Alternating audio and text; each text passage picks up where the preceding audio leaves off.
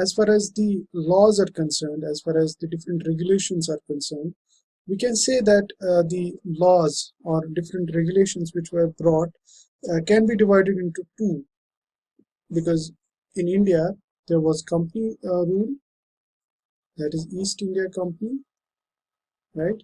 Company rule, and then there was Crown rule. So as such we have divided them into two.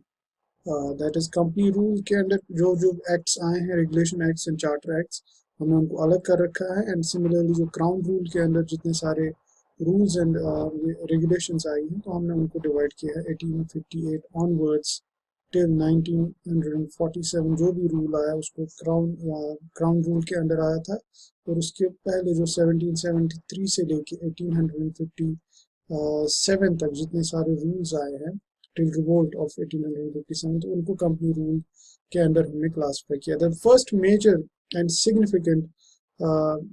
significant contributor to Indian Constitution was the Regulating Act of 1773. Why was it significant? Because of the two reasons. Firstly, the British, they decided that we will regulate the East India Company. Okay, East India Company, they used to regulate, or they used to handle their matters at their own before regulating Act of 1773. And now British decided that we will regulate your functions, we will regulate your activities, and further it demarcated the political and administrative functions, right?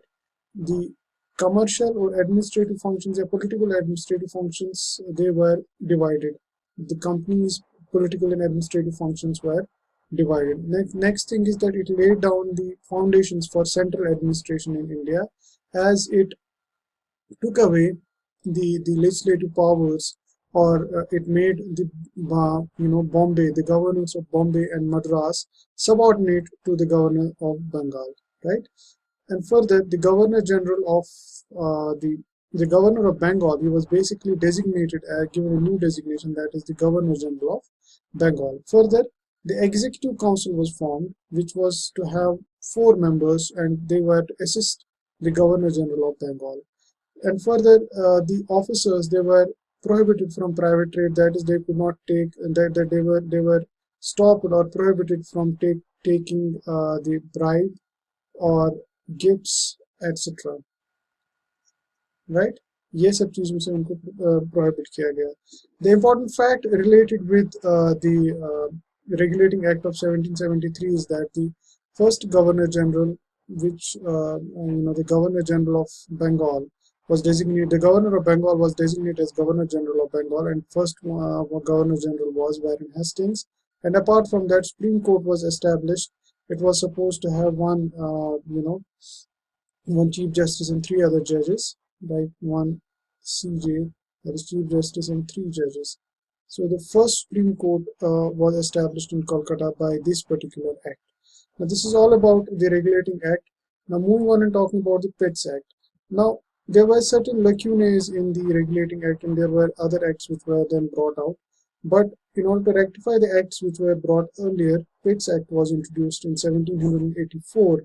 And what it did, it firstly it demarcated the commercial and political functions of the company, right?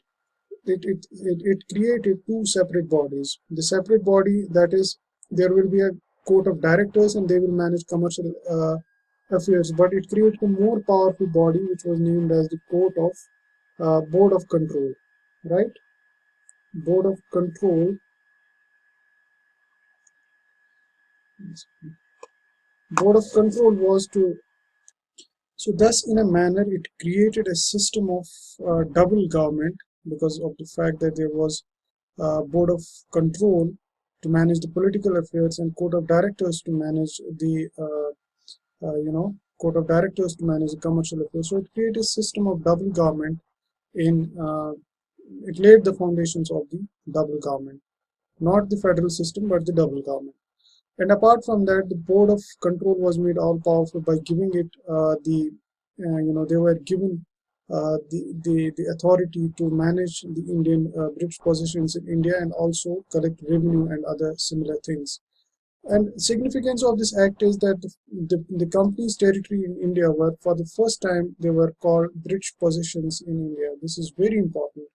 And the second thing was that British was given the supreme control over the company's administration and administration in India. That is, British government was given supremacy. British government was given supremacy and also given supreme control over the company's administration or over administration in the India. The next thing is the Charter Act of 1833. Now, before the regulating acts, this act, the regulating act, they were stopped called regulating acts, and now Charter Act came into being. And the significance or the features of this particular act is that Governor General of Bengal was designated as the Governor General of India, right? He was made the Governor General of whole of India. And if we look at the facts, Lord William Bentinck was first such Governor General, right? And the next thing was that the Bombay and Madras presidencies, they lost their legislative powers. They were not given the legislative powers. The power to legislate was left, wholly and solely to the Governor General of the, India, or for that matter of fact, Bengal. And this was a more a step towards the centralization, right? This was more a step towards the centralization, and the process was completed, in fact, by another act which came in 1853.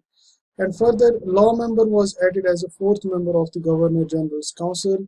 A law commission was constituted, and laws which were made from these acts were named as acts instead of regulating acts, which were named as before the acts which came before the Charter Act of 1883.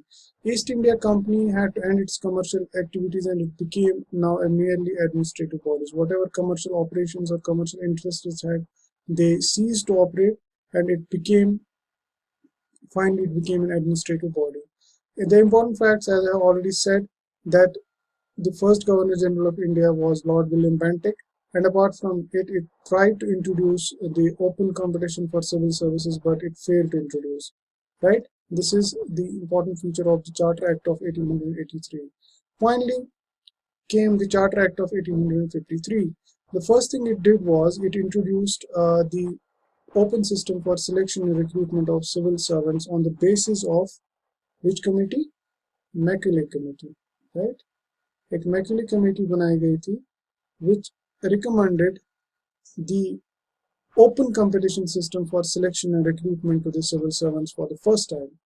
It made a separate governor was appointed for Bengal, right? And further, it separated the legislative and executive powers or functions of the Governor General's Council. The Court of Directors, they were reduced from 24 in number to 18. Further, legislation became a separate entity, and there was a central legislative assembly council. The local representation for the first time increased. There were four, which were there were six in number. In fact, locals, six in number, and four were elected by the local provincial governments, and two were nominated by the British officials. Fine. Now move on and talk about the Government of India Act. Firstly, this act was known as Act of Good Governance, right? This act was known as Act of Good Governance, right? Because it came in backdrop of the revolt of 1857, right? Now what it did was East India Company, Court of Directors, Board of Directors, all were abolished. So they all became oblivion, or they got into the oblivions. And the next thing, मतलब ये completely abolish कर दिए इनको. दूसरा, जो governor general थे उनको designate किया गया as the Viceroy of India. And who was the first Viceroy of India? Lord Canning was. जैसे कि यहाँ पर दिखा गया है, Lord Canning was the first Viceroy of India.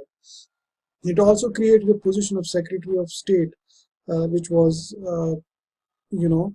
which was who was to head the 15-member council as advisory body, uh, and he was a chairman. It was, as I said, also known as Act of Good Governance, and the Act of 1858 was largely confined to improvement of the administrative machinery, and it was more to make the clutches of the Brits stronger and keep a firm grip on the Indians rather than anything else. Fine.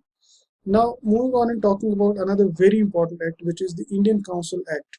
Indian Council Act of 1861, right? Indian Council Act of भूल गए लिखना. It was 1861 में पहला Indian Council Act मतलब लाया गया था. And what it firstly did was it divided or legislative powers of, because वहाँ पर in 1853 there was complete centralization. अब decentralization फिर से start होना शुरू हो गया. The first thing was that legislative powers of Bombay and Madras assemblies, they were restored. Second thing was that Viceroy, he could appoint Indians as non-official members to his council, right?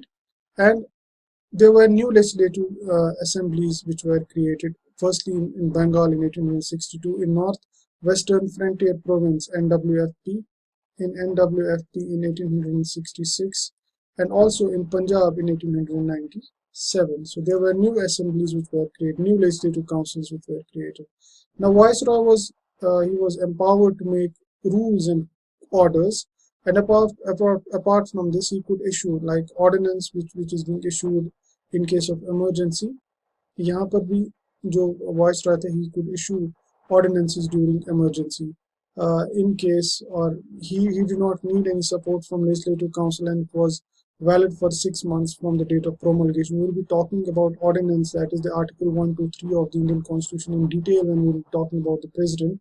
But यहाँ पर we have to talk about how ordinance making power came into the Indian Constitution. It was the Indian Council Act of 1861 which gave the first or the rumblings were or the humble beginnings came from here.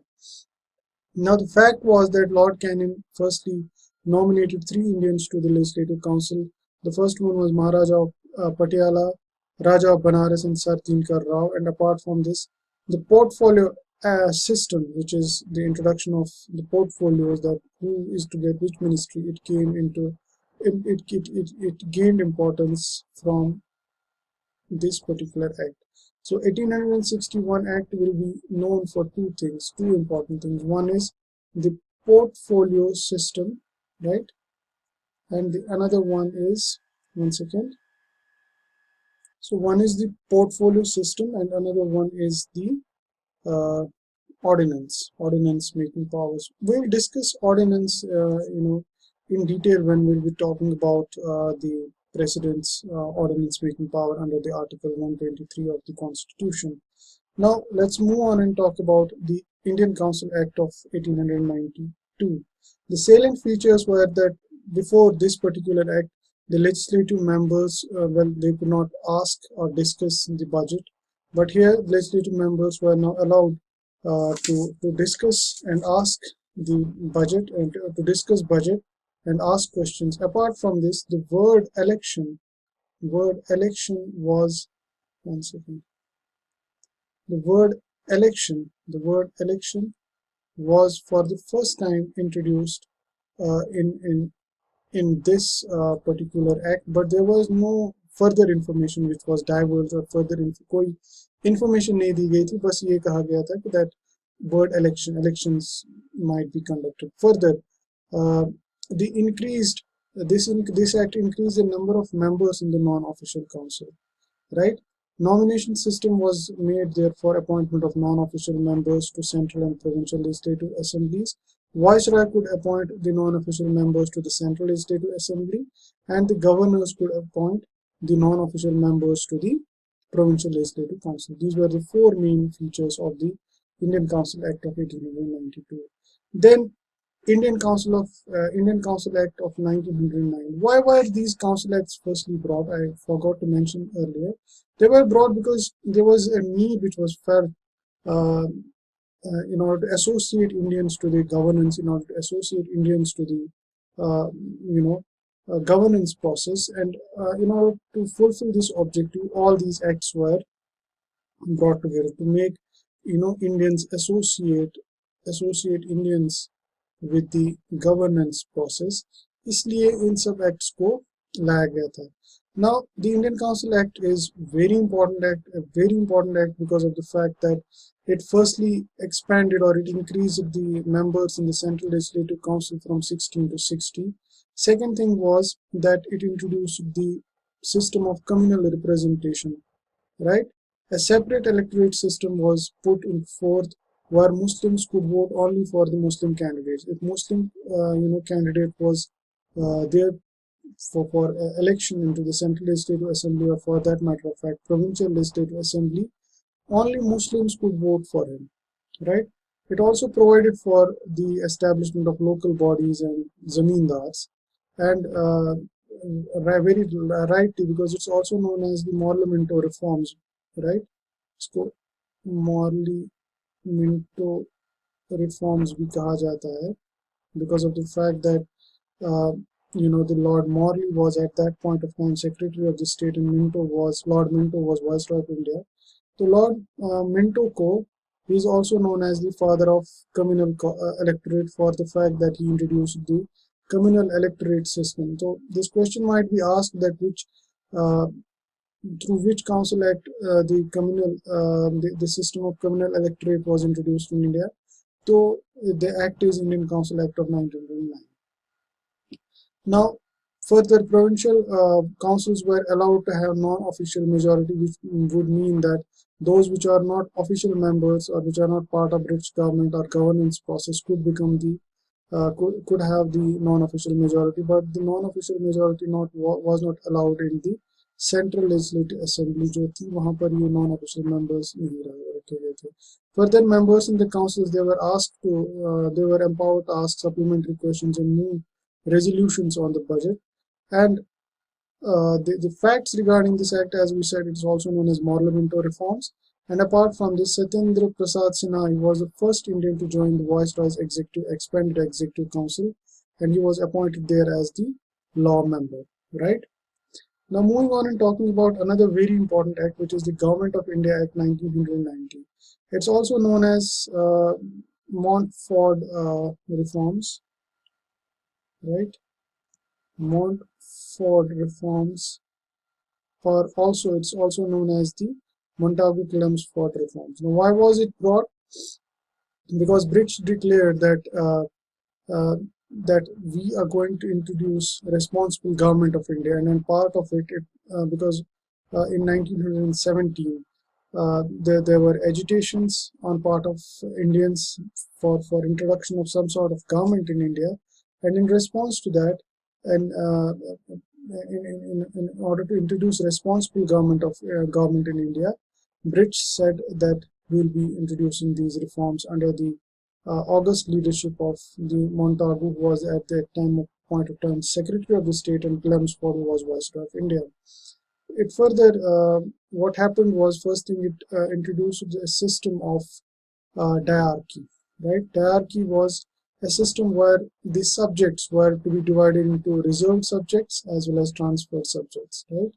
It introduced the system of diarchy, and the reserved subjects were to be administered by the governor along with his executive council, and he was not responsible to the legislative council for it. And transferred subjects, they were administered by governor with the aid of ministers, and ministers, they were not responsible to the legislative council. Further, the change which was brought in the Government of India Act by the Government of India Act was that provincial budgets were separated from the, thus there was the financial decentralization, right? Financial decentralization was there, introduced by this particular act. Provincial budgets were separated from the central budget, and apart from this, provincial legislatures were empowered to enact their budgets themselves.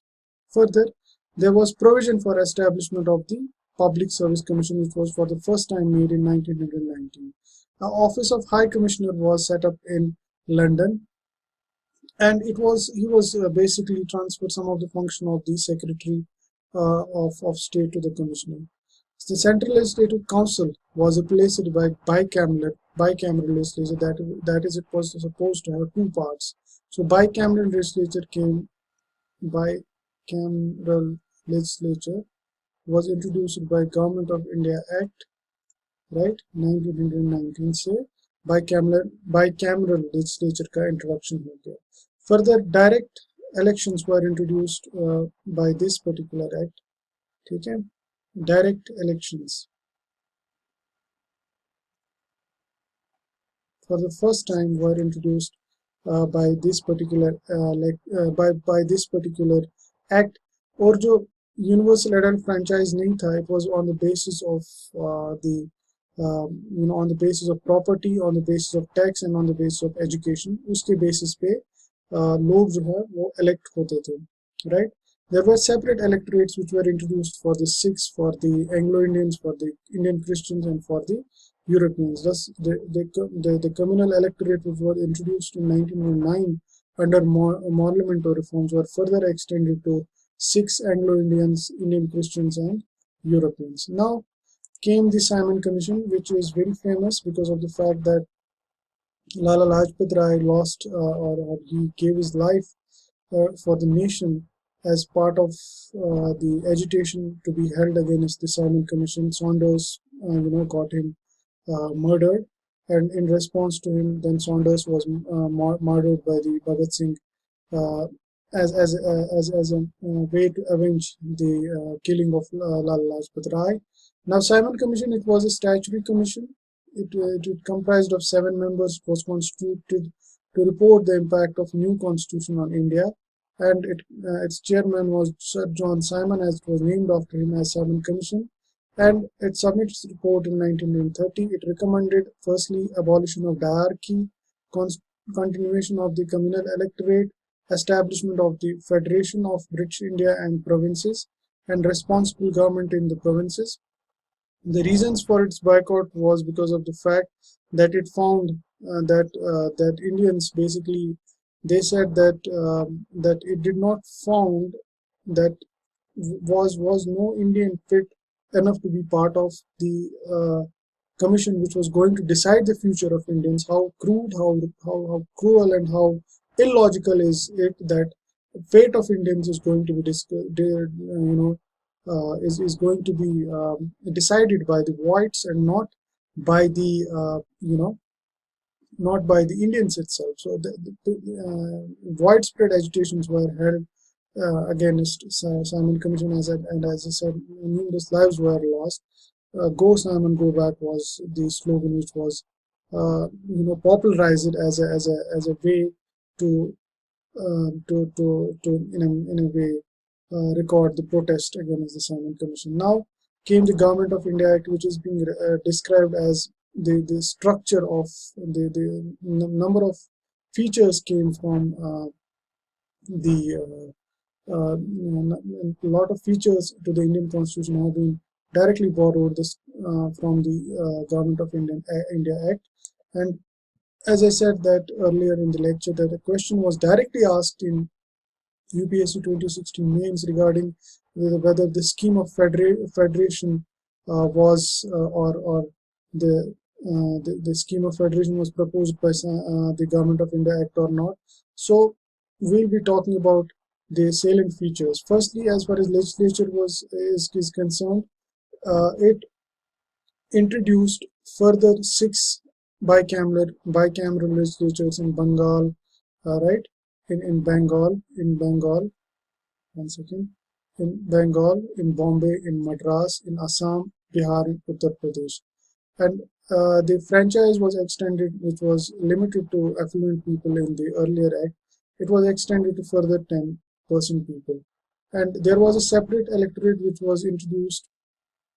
As earlier we said that the Simon Commission, it also talked about the separate electorate for the depressed classes, against which the Gandhi ji went for an indefinite hunger strike. वो वहाँ पर थोड़ा सा skip हुआ था.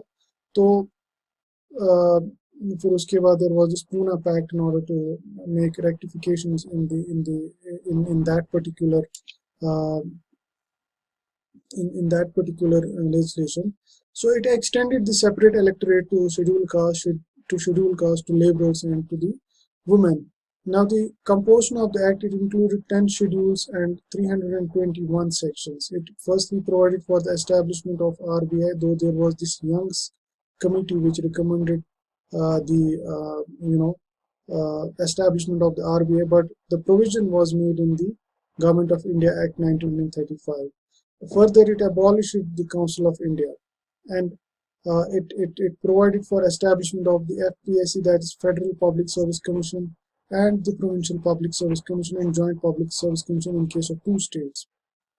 Further, the administration, it provided for, as we have already said, All India Federation, that is the provinces plus princely states. However, federation was not formed as princely states, they refused to join. Further, diarchy was established at the provinces, but it was allowed at the center. The powers were divided into three lists, which is already in the Indian Constitution. We'll be talking about that. The power is being divided into union list. There is union list. There is state list. Then there is concurrent list, right?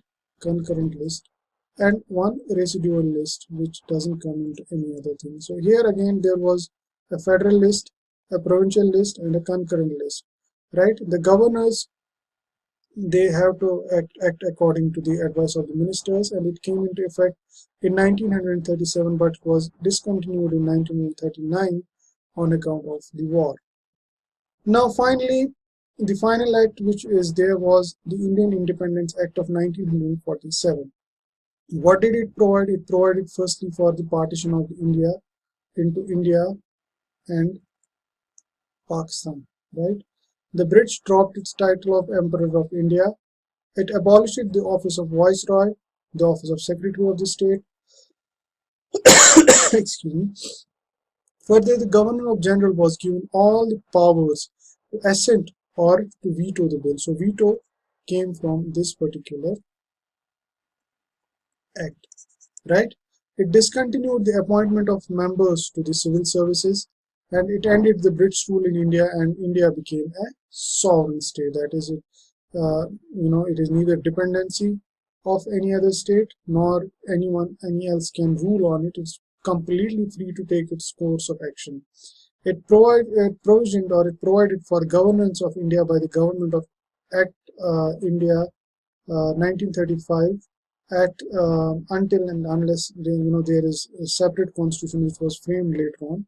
It granted freedom to princely states. Now here is where they sowed the seeds for secessionist tendencies in different states by granting them freedom either to join by granting them freedom to princely states, whether they were free to either join Indian Union or remain independent.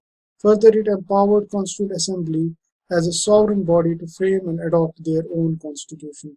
Now this ends the different acts which have been provided as the historical underpinnings of the Constitution. Now what is important here